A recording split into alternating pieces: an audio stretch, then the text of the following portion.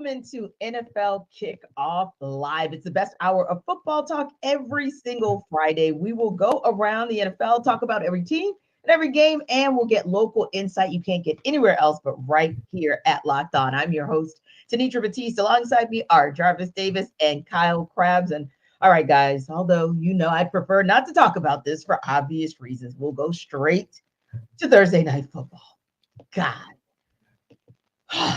Okay, all right. I've got myself together. I promise. But anyway, I don't think my team has themselves together because the Steelers just absolutely crapped the bed, no pun intended, last night in losing to yet another 2-win team, that of the New England Patriots. So now you're kind of looking at a situation where, great, the Patriots are off the schneid. They get a win, whoop-de-doo. But ultimately, it just feels like trouble in paradise, meaning Pittsburgh. But on the same token, it might make for some interesting or intriguing updates to the situation for the Patriots as far as where they might go in the draft. So with that said, the report is that the Bears might be looking to draft Caleb Williams, trade Justin Fields. And now that the Patriots have won that game, Kyle, that may actually impact where they go in the draft. But first things first, before we even talk about the draft, let's just talk about that ish show that was that Thursday night football game, the 21-18 Patriots win over the Steelers.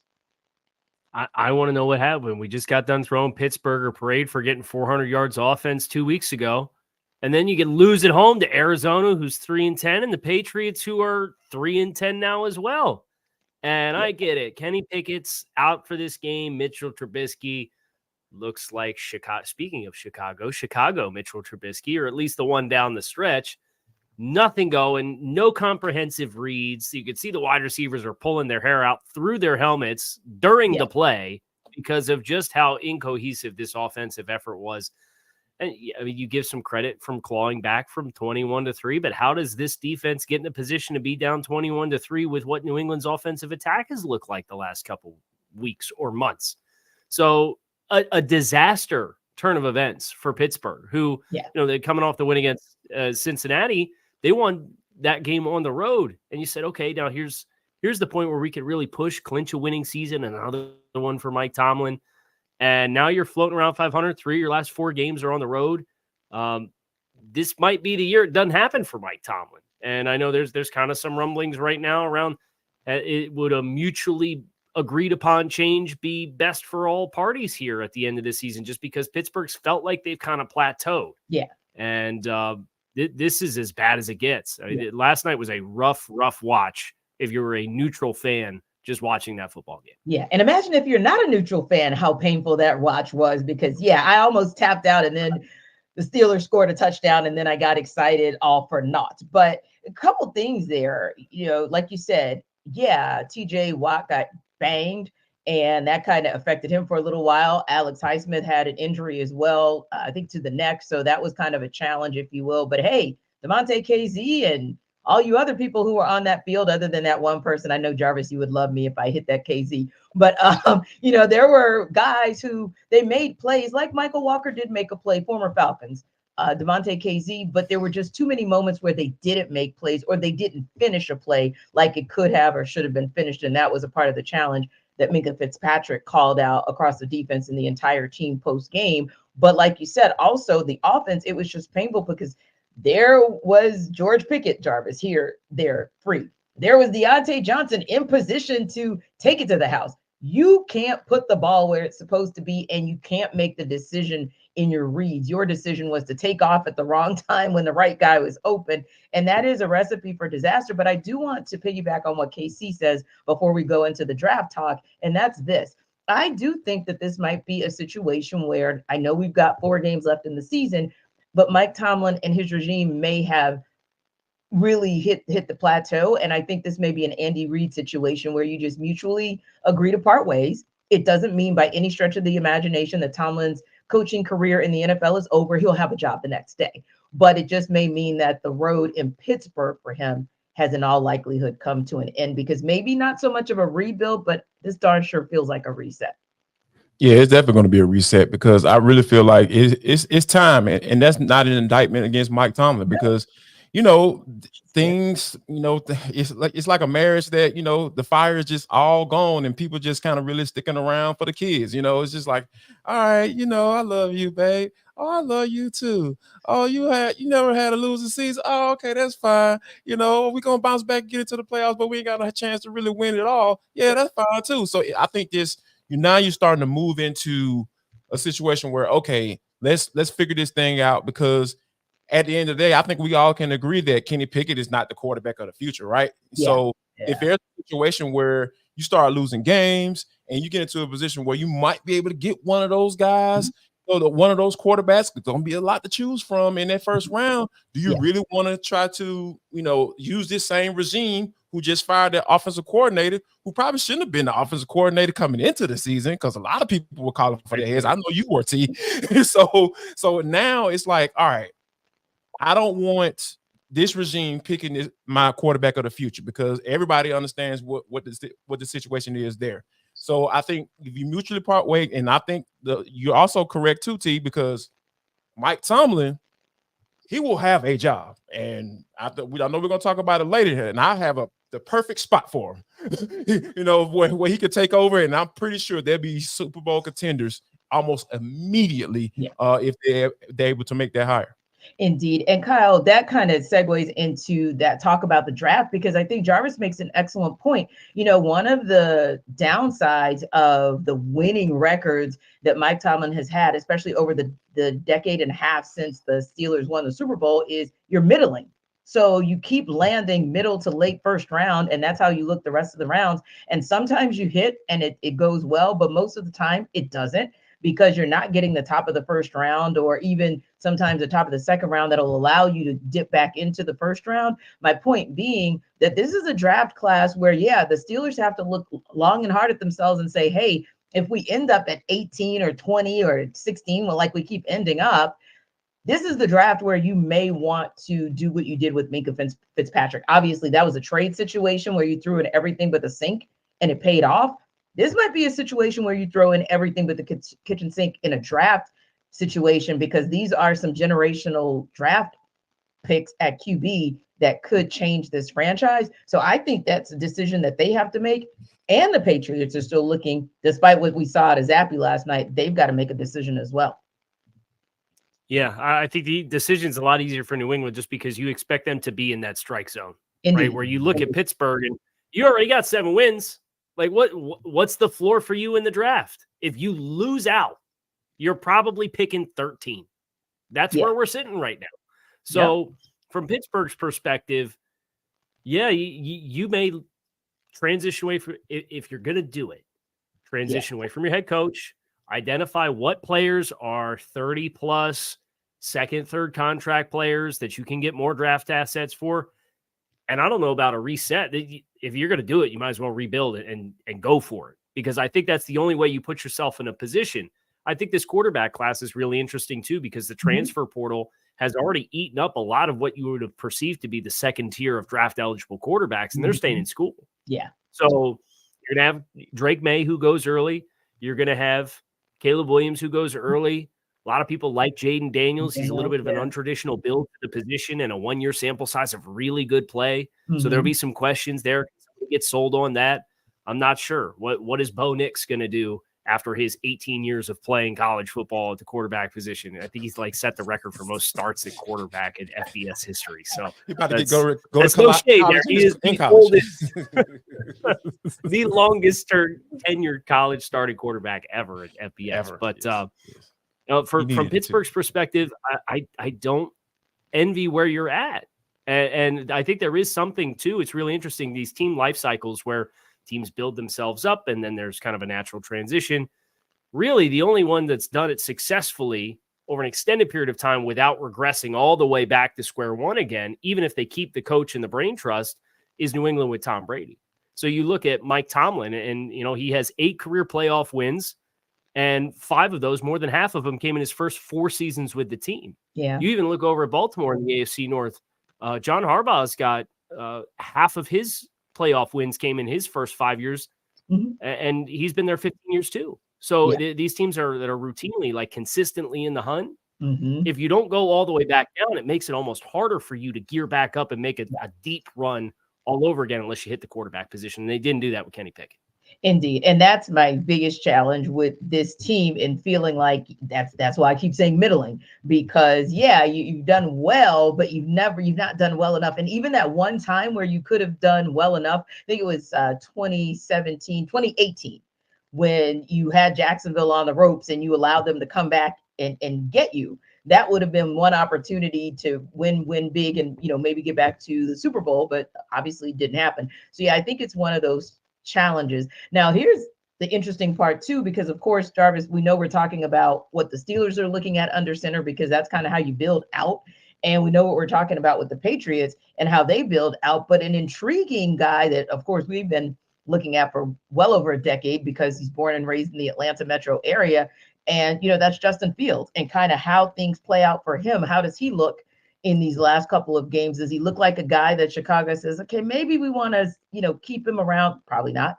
But if not, where does that guy go? Because with the Kenny Pickett, if you don't land here, you'll probably land, in one more spot. You'll be a backup at them, and then maybe you get to show somebody that maybe you are viable as a potential starter. But Justin Fields, this is like a true dress rehearsal / show and prove what you can do, because you're probably not going to stay with Chicago, but you also want to land somewhere where where it's not going to just benefit Chicago that they parted ways with you, but it's going to benefit you too. Yeah. And I think that, with Justin, like, obviously the talent is there, right? Like, he wouldn't have been taken in the first round if it wasn't. And I just feel like, Chicago Bears is an organization that just hasn't been good with housing a good quarterback, right? Now some we got one of reasons, them. Thanks. right. So one of the reasons may be that he just isn't good, or it just wasn't the right situation. And I feel like a lot of people kind of discredit that the latter, because, like, at the end of the day, like, you can have all the talent in the world, but if the situation isn't right, if the head coach isn't right, if the guy that's working with him every day and the quarterback coach isn't right, it's not going to work. Or the guy calling plays, we seen Luke Gessie. He just seems like, okay, I'm going to call plays according to what Justin Fields is really good at. And then, okay, in the first quarter, but then after that, I'm just going to try to make him a pocket passer. Like, it's just not like, you're making yourself look bad when you do stuff like that. As a play caller, you're looking incapable, because at the end of the day, it's all about the pros and the Joes, but like the X's and the O's have to fit too. So you have to make it fit. And I think that with Justin, I really feel that he can, with a second chance at another spot, with the right situation, with the right coach, and the right surrounding talent, I really feel like he can get it done. Because I know a lot of people will look at, Sam Darnold and Baker Mayfield and say, oh yeah, that never works. But Sam Darnold got a second round pick. So if Chicago wants to trade him, they're going to be able to get some good compensation for him. Yeah. And I feel like Justin, in a different situation, maybe even down here in Atlanta, because we know Arthur Smith is really good with reclamation progress. Kyle, you're familiar. Ryan Tannehill, he made him look like a capable quarterback, and I think that Justin did Ryan Tannehill, in my humble opinion. So I feel like the situation is right for Justin as he goes down. All he got to do is just continue to try to go out there and put some good tape out there. Yeah, and Kyle, I look at the situation that's going on. Not that we didn't know that Tua Tagovailoa was capable of what we've seen him do this season, but again, right circumstances, right staff around you, right players around you, and you can not only look like a good quarterback or a solid quarterback, but you'll really be able to show your greatness. And that's maybe what a Justin Fields is lacking. Still doesn't have the right talent around him, definitely doesn't have the right coaching staff around him. And it just seems like he's in an organization that's just, they can't figure it out. They just can't get right. And so if you can't get right as an organization, I don't think you're going to get this guy right either. Yeah, so there's a lot of hands in the pot here, right? As far as running a football team, running an offense. And the phrase that stands out to me was an interview that I did a few years back with Jordan Palmer, the quarterback coach and private trainer. Mm-hmm. He said teams bust on players more than players bust on teams. And you look at this environment that Justin Fields was put into, and Tanisha, you invoked Tua Tagovailoa and what that was like with Brian Flores, who was a career assistant at New England.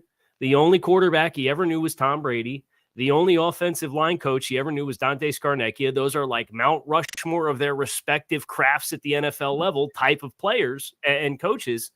And he comes to Miami and he's got 4 offensive line coaches in 3 years. He has 4 offensive coordinators in 3 years. Jim Caldwell was in and out after a singular cup of coffee before training camp even started. He said, no, thanks. I don't like where this is going. So he stepped aside. And then Mike McDaniel comes in and it's a stylistic fit and they tailor what it is. And you've seen like peaks of it with Chicago, like down the stretch last year after the first 2 months of the season. And then they came out this year and they said, everything we did, no, we just traded it. We got DJ Moore. So we're going to be this deep set drop back passing game all over again. And guess what? He's got a 12% sack rate because it's just not what is the strength of him as a player. So I do think you have to continue to individualize what Justin Fields would have around him to be successful. I do happen to think Arthur Smith, that offense that is so run heavy, but you get extra hats in the box with Justin Fields and his threat as a runner versus Desmond Ridder or Taylor Heineke or anybody. Like, that's a whole different ballgame for that offense. And they've invested already in the skill group that would be around him. I think that'd be as exciting of a fit as you could craft for Justin Fields. Indeed. And the game we're going to talk about with a couple of guys who put the right pieces around them, put the right coaching staff around them, and they absolutely do it. That's Jalen Hurts and Dak Prescott. We're, of course, going to talk about the showdown between the Eagles and Cowboys when we come back. But before we get there, here's a quick word from Jarvis about DoorDash.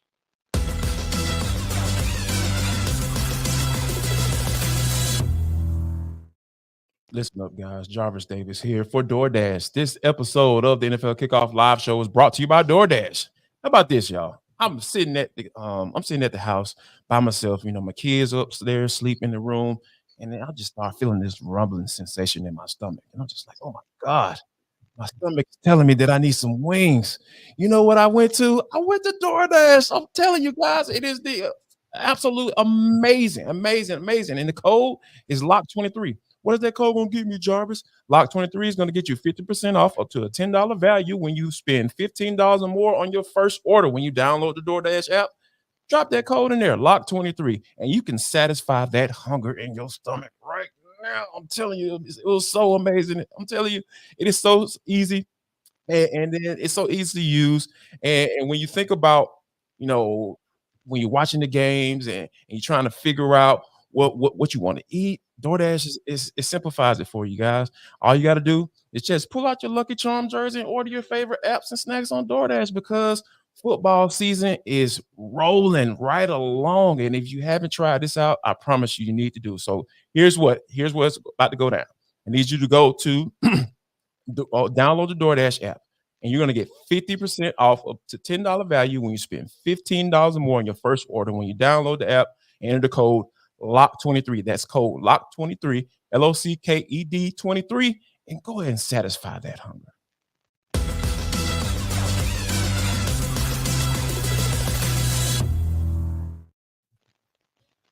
Well, guys, it's another big showdown for the Eagles this weekend. This time it is with the Dallas Cowboys, front and center, game of the week. NFC East is on the line. Some would even say the MVP race is on the line between Jalen Hurts and Dak Prescott, just behind Brock Purdy in the odds.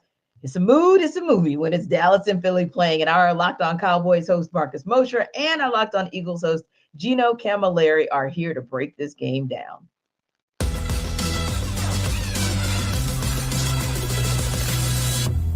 I do think this is a big Brandon Cooks game at home in a dome on a fast track against some older corners.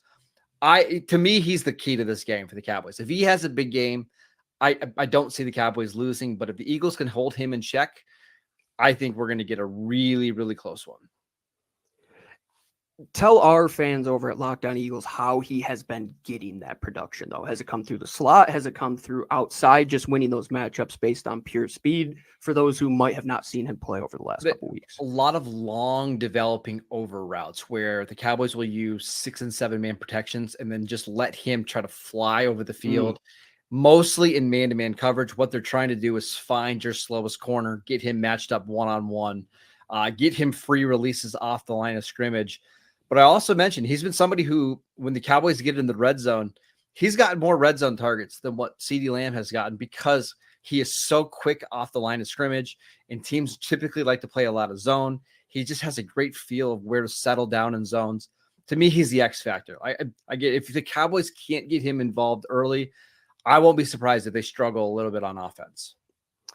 So I think we both kind of have it the same mantra on this one, where we need our Klay Thompson to kind of step up in this game, right? You need the role guys to have big games. Yeah, you need your Brandon Cooks, you need your Devontae Smith, you need your Jake Ferguson, you need your Dallas Goedert. And the last key to victory, I'm going to say, is can DeAndre Swift and this offensive line find a way, whether it's you're leading late in this game, whether it's you're trying to get back to what your identity was of being a balanced offensive line, they've gotten no push. Can you find a way to create some of these explosives? Because like you said, Marcus, it's either A.J. Brown or nothing in terms of the explosives. And early on in the season, a lot of those came through DeAndre Swift being lightning in a bottle. They need to get back to that, because it might come that once again, you're leading a game against the Dallas Cowboys and you have to find a way to choke out the clock. Yep. And if not, Dak can lead them down the field and put them right in a position to score like we saw that last week. I think 3.5 points is bang on. I think Vegas just knows way too much and way more than we ever will. And it's going to be a field goal game, in my opinion, because there's so much riding on it. And just as a neutral fan, like, you're welcome once again. These two teams are just what people want to see. As much as you might hate them and talk bad about them and create your crappy narratives, you guys love watching the Cowboys and Eagles, no matter what you say. Plus, the Cowboys are wearing their awesome all-white uniforms on Sunday night. It's going to be absolutely. Ooh, those are going to be pretty on Sunday Night Football.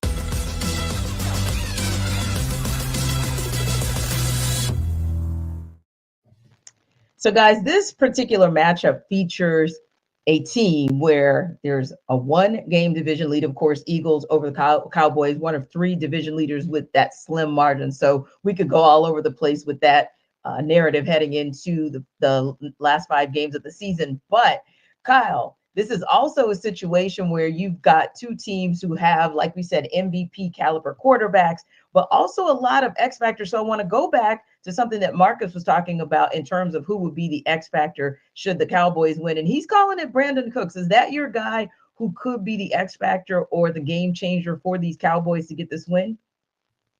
Yeah, I certainly think coming into this season, you expected to get a certain caliber of production from Brandon Cooks. And for the first month and a half of the season, he was MIA, like nowhere to be found. And you're wondering, did Brandon Cooks get washed this offseason and we all didn't get the memo or what? And then lo and behold, they start finding ways to get him involved in the offense. And it's coincided with Dak Prescott and this emergence of this 6 consecutive games, I think it is, with multiple touchdown passes, which is the longest stretch of his career, and playing at a caliber that has put him right at the front of the MVP conversation as we go into December. So I certainly think that's an element for Dallas that if they have that component humming, even if it's only a couple shots throughout the course of the game, this feels like an more explosive plays wins the game type of contest in my mind between these 2 teams, because they're capable of haymakers. You saw Philly really get bottled up by San Francisco at home last week, and San Francisco just hit home run after home run after home run, and a lot of it came after the catch. Yeah. So who's your guy that's going to have the speed and help create those chunks? If it's Brandon Cooks, whether they're vertical routes, whether they're deep over routes, and he's turning up the far sideline after he catches the ball, I do think that's a great place to point to for Dallas. Yeah, not only yards after the catch, but really yards after contact as well, Jarvis, because, Deebo Samuel and Christian McCaffrey were out there bulldozing folks. And from a yak perspective, from a yards after the catch, I was wondering if Darius Slay had gone back to Detroit and, maybe we missed that flight that he'd taken because, he was absentee last week. But if you look on the flip side for the Cowboys, they're looking to break a streak. In the East, you don't have back-to-back champions. You have to go back to the early 2000s where the Eagles won 4 in a row to see a back-to-back. That's how competitive this particular division has been. But the Eagles have swooned a little bit over these last couple of weeks, right? Even when they won, sometimes it felt like it was on the struggle bus. Granted, against the Chiefs, And granted, against the Bills before, the slaughtering that was the 49ers game. But who's their X factor? I mean, one person that I think Gino may have mentioned was Devontae Smith, but could be DeAndre Swift as well, depending on which direction you think would win this game for them. Who you feel like is their X factor in order for the Eagles to kind of get back right? It has to be Jalen Hurts in my eyes, because here's the thing, because he looked weird last week, holding on to the football for so long.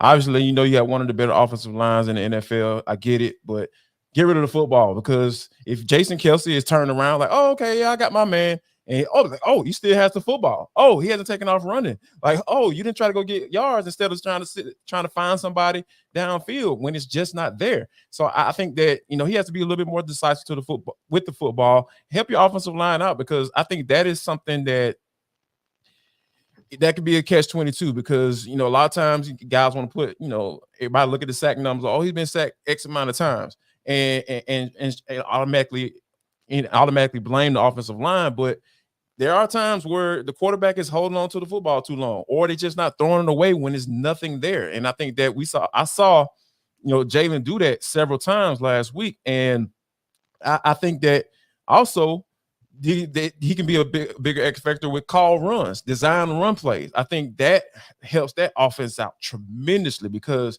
once you start getting guys coming down, dropping 8 men in the box, and you start seeing that single high safety, and then for some strange reason they try to maybe even single cover AJ Brown on the outside. Those are things that I feel like Jalen can take advantage of. You make the reads a little bit more simpler. They're simplified when the team start playing against the run. So I think Jalen getting rid of the football, making sure that he's on point, and then if it's not there, just throw the football away. And I feel like some design runs will get the Eagles a win in this one.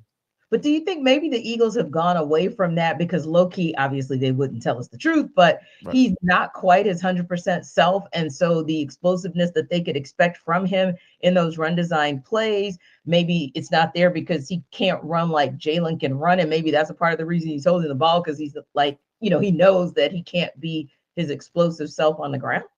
I think that could be a factor. But here's the thing. If you're out there, if you're putting him out there, if there's nothing on the injury report saying that, hey, he's dealing with X, Y, Z, or hey, he's questionable, I have to go off of what I see. And I see that you all need to call some design runs for you, because you have the offensive line to do it. Go ahead and do it. And I think that, turn around and handing the football with DeAndre Swift, that helps as well. And, he can be a little inconsistent sometimes, and that's why he's not in Detroit any longer. But those are some of the things that you're going to have to do. If you're putting them out there, I feel like, hey, I don't want to hear about it. Like I got Hugh Douglas up in Philly. He's just like, hey, man, show me the baby. If you out there, show me the baby. Show me the production. Get the win. Prove to people that, hey, you deserve this big boy salary that you got. All those things come into play when you're going out there each and every day, and that injury report is clear. I don't want to hear it, to be honest with you. Yeah, and that's kind of the tough part. But you think about, too, Kyle, and as good as Dallas has looked as far as that offense is concerned, 41-35. And I'm not saying that the Seahawks can't produce. I'm just saying that 41-35 against the Seahawks is 41-35 against the Seahawks. So it's one of those where could this possibly be a shootout where a team like the Eagles maybe arguably have a better defense than maybe the Seahawks had? Then if it becomes a shootout, that could be a possibility for them to still get a win here. Yeah, I thought it was interesting, but because you came into this game with Thursday Night Football with Dallas and Seattle last week, and Seattle's a team, they want to run the ball, right? They don't have Kenneth Walker. They end up having Zach Charbonnet that steps into the primary role, has 19 carries for 60 yards. If you told me Dallas held Zach Charbonnet to 19 carries for 60 yards, you'd feel really good about it. But it was the physicality of DK Metcalf. It was his ability, how involved he got early. So I'm looking over to AJ Brown. And if I'm Philadelphia, you got to have a certain element of that. But one thing that Seattle did try to do is they still tried to run the ball, even though the averages weren't there. And to go back to what JD was talking about, as far as DeAndre Swift and the Philadelphia Eagles, you go all the way back to week 2. And do you remember how much Philadelphia struggled in the first half against Minnesota? Yep. And they had all these exotic looks on the front. And then about halfway through the second quarter, they said, oh, hey, you know what? You got 2 defensive linemen on the field. We're going to pound the rock. And DeAndre Swift gets 28 carries, 175 yards, Mhm. takes like sole possession of the RB1 role in Philadelphia. And since then, he's only had a handful of games where he's even had 20 touches. Yeah. Like this is a guy that's amongst the most productive weird. backs in the league. And, right. And what game was it? Was it the Buffalo game or the Kansas City game that like he didn't even touch the ball in the first half at all? And you're like, what is going on? This is like the second best rusher from a statistical standpoint in the NFC, and he didn't touch the ball. And then lo and behold, he starts touching the ball. You're ripping off 6, 7, 8 yard, 9-yard runs, and Philadelphia found its rhythm again offensively. So you got to find a way to distribute the ball all around. But I think balance for Philadelphia against Dallas defense will help give them the opportunities to have those one-on-ones for that big physical guy like A.J. Brown to do what DK Metcalf was able to do to him last week. Indeed. And KC, if you had to make a prediction, a bold prediction, who walks away with this win? Do the Eagles put some distance between themselves and the Cowboys in the NFC East? Or is this a Cowboys game where they're now going to get in position to possibly control their own destiny? I want to pick Dallas. Dak is 30-8. That is rare, Kyle. Not a lot of people ever like to do anything in favor of Dallas, but okay. but I cannot help but think that the worst thing Dallas could have drawn was Philadelphia getting their butts kicked. And I think Philadelphia, after the game that they played last week, with an opportunity to retain control and effectively smother the NFC East, I think Philly finds a way. And I'm picking Philly in a close game to get it done. JD, who you got? So my dad is a lifelong Dallas Cowboys fan. Please don't ask me how. Grown up in Atlanta all his life and all that stuff. But we had a conversation. He was just like, Jarvis, we're gonna get a win this week. I was like, man, I don't know, man. But I was like, and then when you think about it and kind of really dig into it, like I think that Brandon Cooks piece, what Marcus brought up, was absolutely amazing. During that 4-game winning streak, 20 catches, 300 yards, and 3 touchdowns. Almost double the production of that first month and a half of the season as a Cowboy. So I think finding another weapon that Dak can depend on outside of CeeDee Lamb, I think that's the formula. That's the juice. That's that recipe everybody look forward to eating on Thanksgiving. Like, okay, we're coming over to the Cowboys house because hey, they found the right recipe. Their offense is cooking, and I think that Dak is making a MVP candidacy. So I'm picking the Cowboys, T. I'm picking them. And I might be wrong. More than like I'll be wrong because it's the Cowboys. But I'm rolling with the Cowboys. I can't deny what I'm seeing right now. Exactly, because Cowboys are gonna cowboy. But the Eagles, I think, as long as that secondary shows up a bit better than they did last week, and they do everything that KC just prescribed, I picked them for the win. Speaking of picks, we're going to tell you and sell you why on the other side. But before we do that, Jarvis is here to sell you on Prize Picks.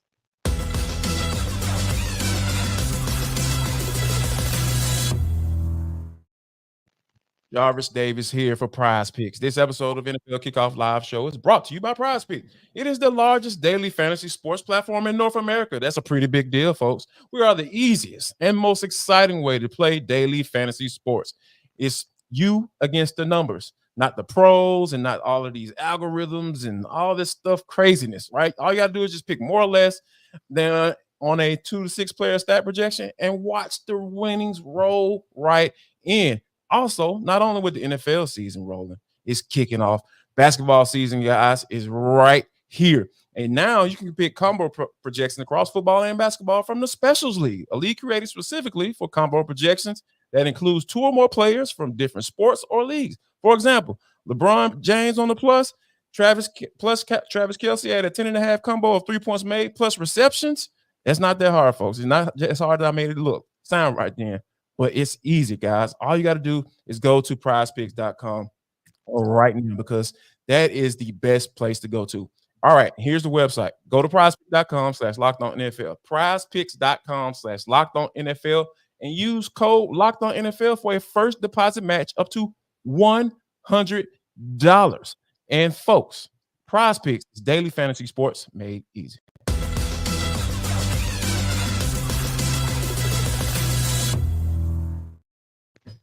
All right, so the Seattle Seahawks are hitting the road to take on the San Francisco 49ers. The Seahawks are 10.5-point underdogs in that game. Of course, the 49ers won the last game 31-13 just 2.5 weeks ago, and we know that they have steadily gotten better. So this will be interesting to see how it goes. But first, Corbin Smith is going to tell us he's going to sell us rather on why the Seahawks can cover as underdogs.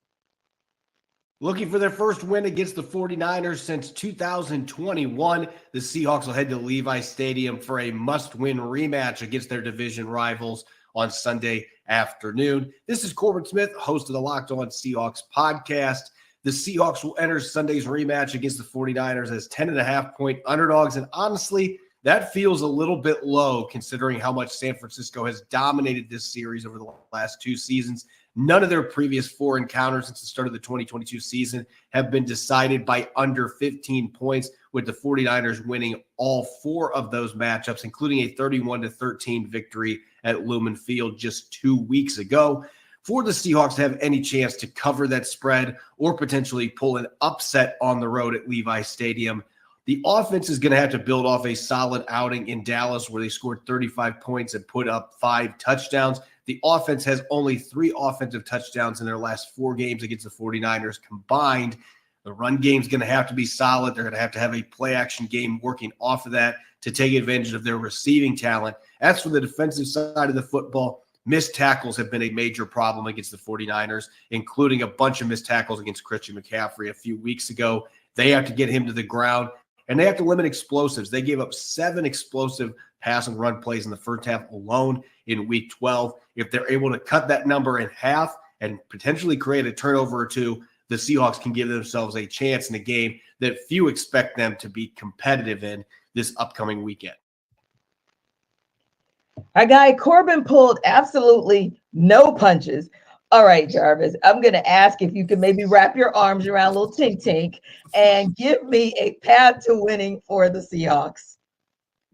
Sorry, little Tink Tink. It's time to go home. Take your little ball and go home because the Seahawks just, they're on 3-game losing streak. They lost to the Cowboys. They pushed them to the brink. Don't get me wrong, but I think just, with Kenny Walker being out, Kyle, I really feel like Charbonnet is a drop-off. It's a pretty decent drop-off when you talk about, the type of running backs that they bring to the table. And the way the San Francisco 49ers have been playing, they just seem different. I know they've been, going to NFC championships and just being that type of team. But ever since Purdy came back and that man, that man that plays left tackle, number 71, Trent Williams, yeah, this team is different. And Debo Samuel, those guys, when you have those guys coming back into the fold, this is a different team. Those guys are playmakers, and you just see how Kyle calls plays just like who's going to get the rock, and there's nothing you can do about it. So, yeah, I feel like Seattle is about to get ready to go into a buzzsaw. The 49ers are riding high because we know all of the hoopla and drama that went into that game against the Philadelphia Eagles and how they were able to, talk that talk and walk that walk. Yeah, I feel for the Seattle Seahawks right now because this is not a good matchup for them given the circumstances. Well, Kyle, I'll let you come back with that one because, no lies told right there. No lies told. Yeah, so for Seattle to win this football game or keep it within less than a touchdown and a field goal and cover 8.5 points, I really think they have to force multiple turnovers and then you score 35 points. Okay. The obvious talking points to acknowledge, but the hardship about doing that, and give them credit, they just scored a bunch of points, 35 points against the Dallas Cowboys last week. They get a little extra rest coming into the game. JD talked about Trent Williams, Debo Samuel, that stretch of injuries. Here's the points scored for San Francisco in the 3 games that they had without those guys, 17, 17, and 17. Okay, I'm not a math guy, but I could say that's 17 points a game. The points in the other games that they've played with those guys on the field, 30, 30, 30, 35, 42, 34, 27. Shout out Tampa Bay, held them under 30, 31 and 42. They are rolling up the points. Dude. And oh, by the way, outside of that 3-game stretch where they had 7 turnovers without Trent Williams and Deebo Samuel, they have 3 turnovers this season offensively. San Francisco has 3 turnovers in the games that they played with Trent Williams and Deebo Samuel on the field. It's December. They have 1 turnover in the month of November. So, like, tell you, man. Seattle is just going to have to get this totally uncharacteristic performance that San Francisco has not done with their guys all season long. And if they can do that, hey, there's your selling point to cover 8.5 points. Yeah, and my mind went to the only way it would possibly happen is sometimes you are so on mission to prove yourself. I think the 49ers are so on mission to prove that they belonged in the Super Bowl last season versus the Eagles that maybe an emotional letdown may allow the Seahawks to sneak in and get this game. But other than that, yeah, it's going to be a tall order to even cover the spread. Now, in a battle between top-tier quarterbacks, the Kansas City Chiefs host the Buffalo Bills on Sunday afternoon. The Chiefs are 1.5-point favorites in that game. And here's Ryan Tracy from Locked On Chiefs to tell you why the Chiefs can cover that spread. The key for the Kansas City Chiefs to cover the spread and get a win against the Buffalo Bills is straightforward. Keep it simple, silly. Don't get overly complex. Don't go outside your wheelhouse. Stick to what works. I'm Ryan Tracy from Locked On Chiefs, and that's where we are this week. For the Kansas City Chiefs, it starts with the run game. Isaiah Pacheco has been missing in action at practice, but could be available for the ball game itself. His backups, Jerick McKinnon and Clyde Edwards-Helaire, will be ready to go. And they've been much more successful at running the power run block scheme lately that they'll be able to double down on and attack the Bills on the ground. That sets up the pass game, which has been a struggle. It comes down to this. In order to move the ball, you have to feed Travis Kelce first and foremost. The plan will be to take him away. So where do you go after that? Rashee Rice is the emerging talent that will be the number 1 wide receiver, and you have to feed him. It is a dual-pronged passing attack that everything else branches off of, including Kadarius Toney, Sky Moore, and possibly Richie James, who can maybe give a little bit of lift in this particular ball game. All that goes down to protecting Patrick, giving him time in the pocket, not making him wait till late in downs to try to make something happen. On the opposite side of the ball, it's about containing Josh Allen as you do a contain rush. You're not going to get the super exotic blitzes. You don't want to flush him unnecessarily. He went for 9 for 81 last week on the ground. You don't want to trigger that. But the trio of pass catchers is going to be a great matchup. L'Jarius Sneed should travel with Stephon Diggs all over the place. That will leave Gabe Davis outside against a couple of young corners, as well as Khalil Shakir, who's been hot on and off of late, against Trent McDuffie. I feel great about that matchup, and I think Shakir isn't going to be someone who's going to be able to break this game open with McDuffie all over him. So it will come down to Gabe Davis, and more importantly, Dalton Kincaid and how he attacks the linebacker level that might be without Drew Tranquil, might be without Nick Bolton. It's down the middle in this game for the Buffalo Bills. It is Dalton Kincaid against those linebackers, Khalil Shakir against those safeties once he breaks loose, as the safeties will be with Mike Edwards rather than Brian Cook, who's out with injury as well. And that's how the Chiefs can get it done this week against the Buffalo Bills. And when you think about that game and who could or may not have an impact on the game, unfortunately, we just got word that Isaiah Pacheco is, of course, out for this Sunday's matchup. And that's a critical component because, yes, it's great to get Clyde Edwards-Helaire back, but on the same token, it's always been kind of a 1-2, if not 1-2-3 punch when it comes to the run game for the Kansas City Chiefs. So, I mean, Jarvis, how do you think it's going to impact them not to have Pacheco out there this Sunday? Oh, it's gonna be a tremendous in my eyes. I mean, let me start off by saying this: they're gonna count on Jordan to get the job done. Patrick Mahomes. He's Michael Jordan in football right now. That's kind of where I know we've been throwing that term around a lot lately. T, when it comes to the Atlanta Falcons and Jesse Bates, but when you think about what this offense looks like, the toughness and the offensive line, the investment in the offensive line, and Donovan Smith and Jawan Taylor, bringing those guys in. You know that they want to have some sort of identity and balance to this offense and not have to always depend on Patrick Mahomes. But when you take a guy like Isaiah Pacheco out of that equation, because this dude just runs so hard, it seems like he's just fighting for every single yard. And then what comes with that, though, is the dealing with the injuries and dealing with certain things and little knickknacks from time to time. And this offense just looked different without him in that equation. So I think that you're going to have to essentially lean on your MVP quarterback to be able to sling the ball around the yard. And you hope and pray that those wide receivers, they step up and they make those necessary plays, because Pat is going to find those guys, and they have to be able to catch the football and make a play with it. Yeah, and although it was, of course, a loss for the Chiefs against the Packers earlier this week, you got 18 carries and 110 yards from Pacheco, 6.1 averages yards per carry, and across the entire season, 4.4. So just showing that consistency of what he brings to the table, or will not be able to bring to the table this weekend. But KC, when you look at this matchup with the Chiefs being 1.5-point favorites in that game, tell me, do you believe that the Chiefs can cover that spread? And if so, how do they cover the spread?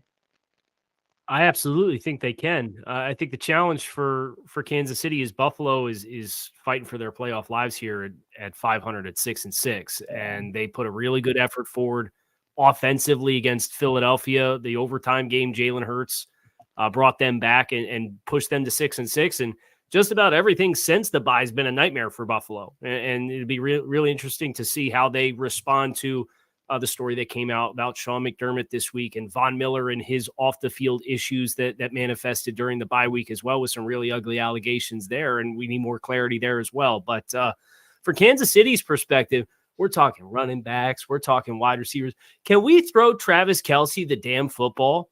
What are we doing here? I'm watching this Green Bay game, and you scored 19 points. Travis Kelce, I think, had all those receptions in the first half of the game, it felt like. You're sitting here, these possessions down the stretch, you're like, all right, they got to get something going. Let's move Travis Kelce around a little bit and get him the football. He caught 4 passes. And you're looking at Kansas City's last month offensively and all these stretches of games where they're not scoring any points in the second half of these games. Go back to Denver. No, he had 6.4 yards per target. He had 9 targets for 6 catches, 9.7 yards per catch. Miami caught 3 passes for 14 yards. Philadelphia, they scored 17 points. Caught 7 for 44. He got a touchdown, but it was 4.5 or 4.9 yards per target. Yeah. And then he has the big boom against Green Bay early in that game. And then they're trying to come back and win this football game. And we're just static with Travis Kelce. We're not moving him around. And I get he's going to command a lot of attention. But you're coming into this game when Buffalo doesn't have Matt Milano, and Micah Hyde and Jordan Porter look a step slower than what they've been in the past. Get Travis Kelce involved in the middle of the field, move him around, get him the football. And if you do that, I think you do win the football game, but they just really haven't been doing it the last month for Travis Kelce.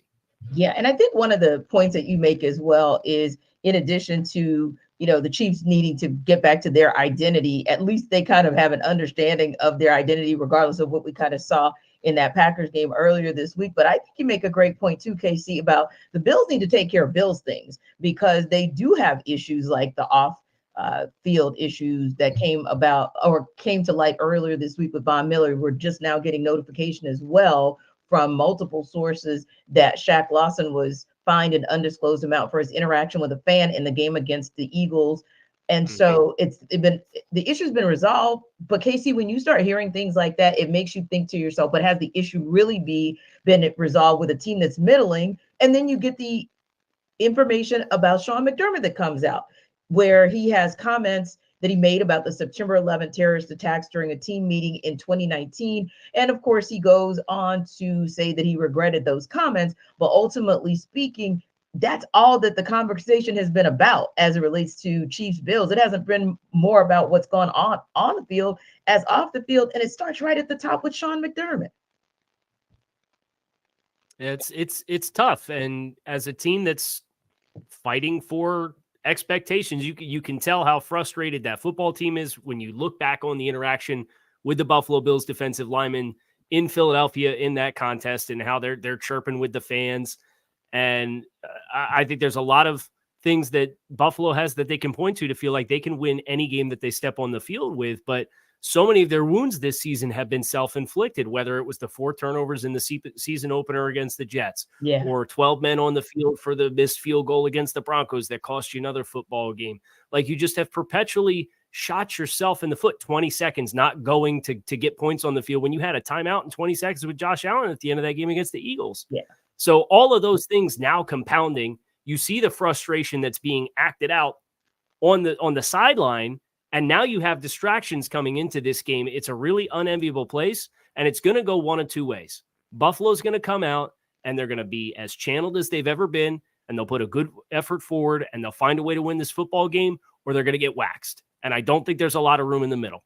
Yeah, I would agree as well, Jarvis, because you think about those kinds of very those comments that can really, really kind of separate and divide, especially if it's one of those things where maybe you kind of put it to bed 4 years ago, but maybe you kind of didn't because it could have played in the back of individuals' minds. Now you bring that to the surface where basically McDermott's making a comparison contrast that he's encouraging athletes on how they viewed the Al-Qaeda militants to say that the way that they crashed the passenger jets into the Twin Towers of the World Trade Center, it's like being team players. That's something to where you can apologize, but if someone felt some type of way when they first heard that, and that brings up feelings again, you never know where that can take a locker room.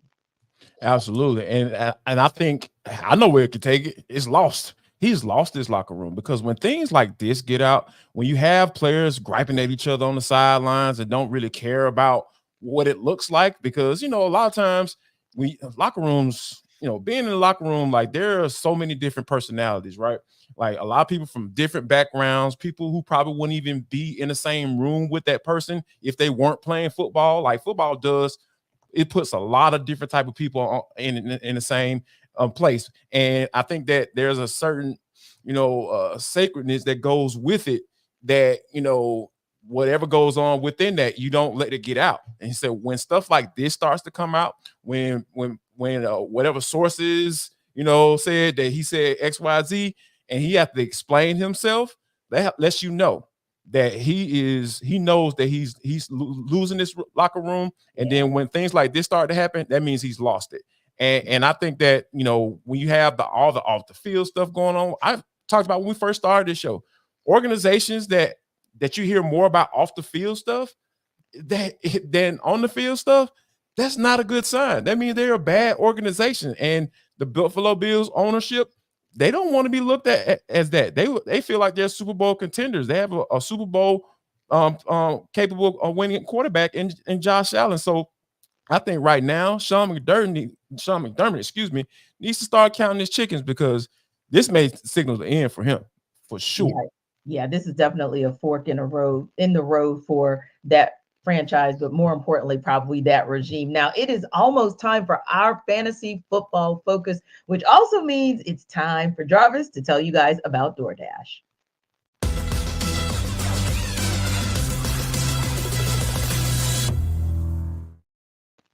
Jarvis Davis here for DoorDash. I need you people to get prepared before game day. Stock up on your favorite appetizers and order all your tailgate gear on DoorDash. Then get ready to watch your team win. Just start talking about the Bills. I don't know if y'all gonna win, but yeah, you can watch your team and have a good time regardless of the result and get you some good food. I'm talking about all of your favorite restaurants and stores, from retail to grocery, are on the app, so you can shop everything you need to get game day ready. I know me, I might try to fire up my grill on Sunday because I want to watch the Falcons and see what's going on.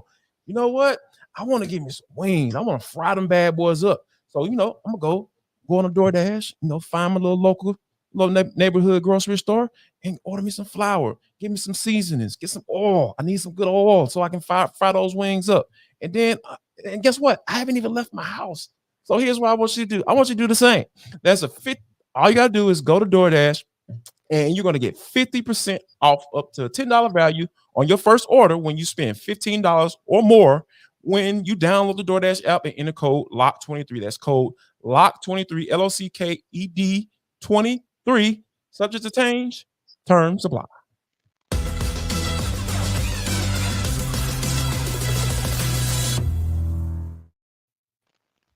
So your fantasy team might have been personally traumatized by all of these QB injuries of late, but our Michelle Majuk might just have an answer for you. And here's our Locked On Fantasy host to give you all the info you need for this week and beyond.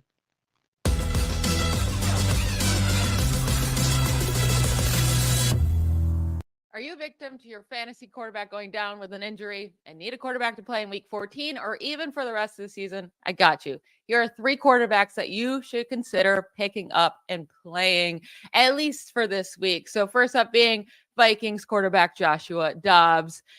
I know it was brutal, before their bye week, right? He threw 4 interceptions in week 12, and then the Vikings had their bye week. But don't forget, weeks 8 through 11, he was killing it for fantasy. He was averaging over 22 fantasy points per game. He was a quarterback 6 in fantasy during that span.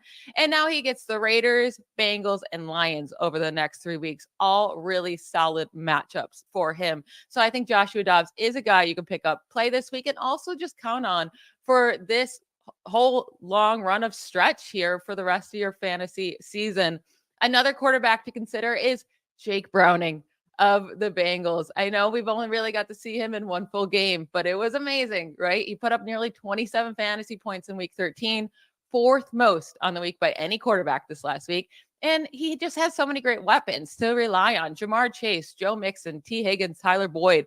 And he was smart. He just threw it up to Jamar Chase over and over and over again. And he got him a lot of passing yards and a lot of fantasy points. And over the next 3 weeks, he gets the Colts, Vikings, and Steelers. I am fine with all 3 of those matchups for my fantasy quarterbacks, but especially like him this week against the Colts. And then talking about the Colts, Gardner Minshew is a guy you can consider picking up and playing, especially for this week and maybe even next week. So last week, he had over 300 passing yards and 2 passing touchdowns. No team is allowing more passing yards per attempt than the Bengals. And then if he does well this week and you want to continue playing him, he gets the Steelers the next week. And we just saw the Steelers let Bailey Zappi throw all over them on Thursday Night Football. So Gardner Minshew, Jake Browning, and Joshua Dobbs are all options for you this week if you're in a bind at the quarterback position.